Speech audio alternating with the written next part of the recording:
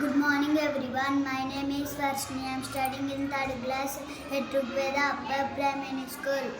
Telugu book reading అనా lesson name Deepavali హిందువులు ఆనందంగా జరుపుకునే పండుగలలో దీపావళి ముఖ్యమైనది. ఈ పండుగ ప్రతి సంవత్సరం అశ్వయుజ బహుళ అమావాస్య నాడు వస్తుంది. ఈ పండుగ అంటే పిల్లలకు చాలా ఇష్టం. దీపావళి అంటే దీపాల వరుస అని అర్థం. ఈ పండుగ నాడు హిందువులు తమ ఇళ్ళ ముందట దీపాలను వెలిగించి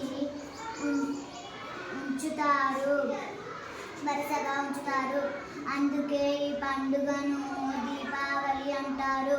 పూర్వ ఒక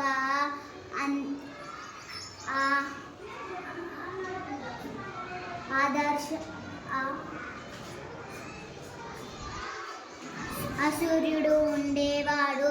అతని పేరు నరకాసురుడు. అతడు ఆడవారిని బంధించాడు.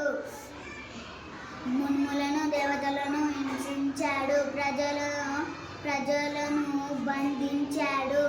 అతని బాధలు భరించలేక ప్రజలు దేవతలు శ్రీకృష్ణుని వద్దకు వెళ్ళారు.